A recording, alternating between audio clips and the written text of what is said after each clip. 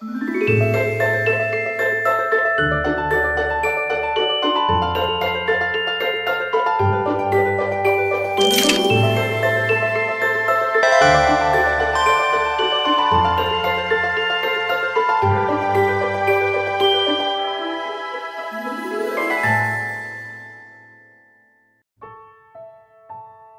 upon a time, there was a miller with 3 sons. But one day, the miller died of old age. His sons were very sad. When the miller died, he left the mill and his eldest son, his donkey, to his middle son, and to his cat to his youngest son. The youngest son was very disappointed. "What's a cat good for?" he complained. "He can't even cook and eat it." The cat heard this and promptly replied, "You will see that you inherited a good fortune, sir. Give me an empty sack, a pair of boots, a hat, gloves, and a cape. You will see what I can do." The boy did what the cat asked. After wearing clothes, the cat stared at himself in the mirror and was very pleased. Then he picked a fresh cabbage and a nice carrot from the cellar and left for the woods. In the woods, he opened the sack containing the cabbage and the carrot and hid behind a tree and started waiting. Before long, a little rabbit, smelling the fresh vegetables, came to the sack and jumped into it. The cat came out of hiding and firmly tied the sack. However, the Puss in Boots started to walk towards the palace instead of bringing the rabbit to its master. When it arrived at the palace, he said he wanted to meet the king. The guards at the gate were so surprised that they couldn't reject the offer and took the cat to the throne room. When the cat was in the presence of the king, he bowed and said, "Oh, glorious lord, I brought you a present from my master Marquis." The king liked the present. The Puss in Boots brought so many presents to the palace that the king started to wait for arrival every day. Then, the day Puss in Boots was waiting for arrived. "Don't ask me why, but this morning, go to the river and bathe," he told his master. The Puss in Boots knew that the king and his daughter, the princess, would pass by the river that morning. When the king's carriage was passing near the river, he approached them in a flutter. "Help! Help!" he yelled. "My master Marquis is drowning!" The king was so worried, he sent one of his guards to the river. However, the Puss in Boots was not done. He told the king that thieves had stolen his master's clothes. In fact, the Puss in Boots himself took his master's clothes and hid them in the bushes. The king sent a new suit of clothes to Marquis.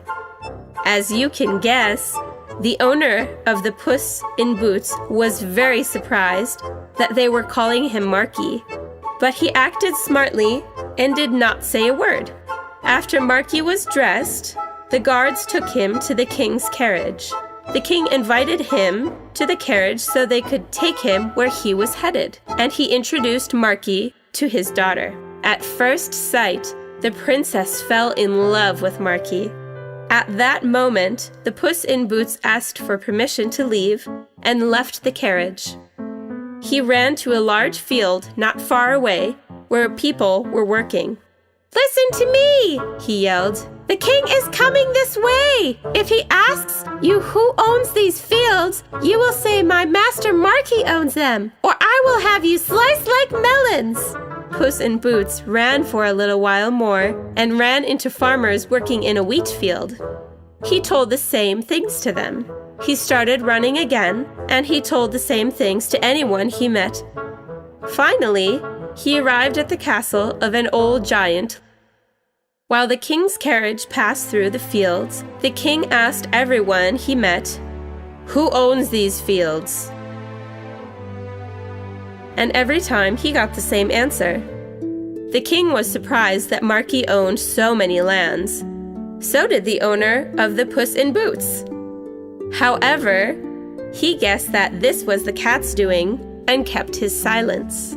Meanwhile, the Puss in Boots was making new plans at the giant's castle. He knocked on the gates, and when the giant opened the gates, he saw the cat standing in front of him. "Giant!" said the Puss in Boots, trying to hide his disgust because the giant's breath was stinking. "They say you have great magical powers. Is it true?" The giant was baffled by the talking cat, wearing clothes and boots, so it did not send the cat away. Instead, it started talking and modestly said, "If they say so, then it's true." For example, they say you can instantly transform into a lion if you want to. As soon as he said it, the giant transformed into a lion. The Puss in Boots said, "Perfect! But it must be impossible for someone as big as you to change into a small creature like a mouse." "Impossible?" laughed the giant. "There's nothing I can't do." And the giant changed into a mouse. This was exactly what the Puss in Boots wanted. He lunged forward and swallowed the mouse in one gulp. Then he started to prepare a feast using the food he found in the castle. Then the king arrived at the giant's castle. Since there was no giant anymore, the plan the Puss in Boots made worked. He could now act as if the castle belonged to his master. The Puss in Boots met the king's carriage on the road to the castle. "Come this way," he said. "A feast awaits you." The owner of the Puss in Boots couldn't believe the skills his cat possessed. Although he couldn't understand, he did not say anything. The owner of the Puss in Boots got engaged to the princess, and after 1 week, they got married. What happened to Puss in Boots? He lived all of his 9 lives in pleasure, and he never had to hunt for mice ever again. He hunted now and then, but only to remember that he was a cat.